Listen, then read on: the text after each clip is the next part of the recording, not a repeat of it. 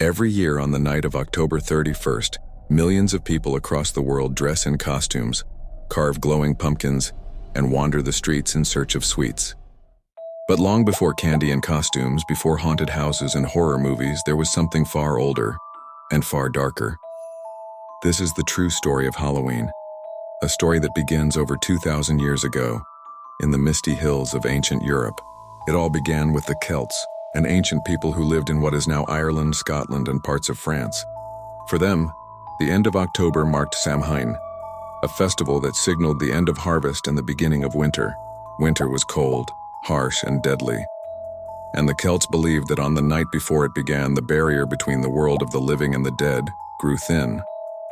Spirits, they thought, could cross over, some bringing mischief, others bringing harm. To protect themselves, they built great bonfires on the hillsides, made offerings to the gods, and dressed in animal skins and masks, hoping to confuse or drive away the wandering ghosts.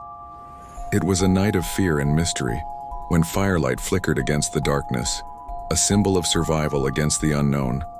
Centuries later, as Christianity spread across Europe, the church began replacing pagan festivals with Christian holy days.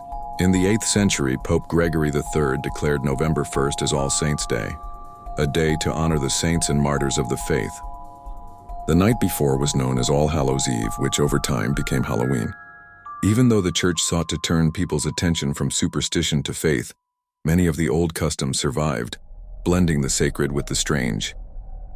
Bonfires were still lit, costumes were still worn, and prayers were offered, not to ward off ghosts but to remember the departed.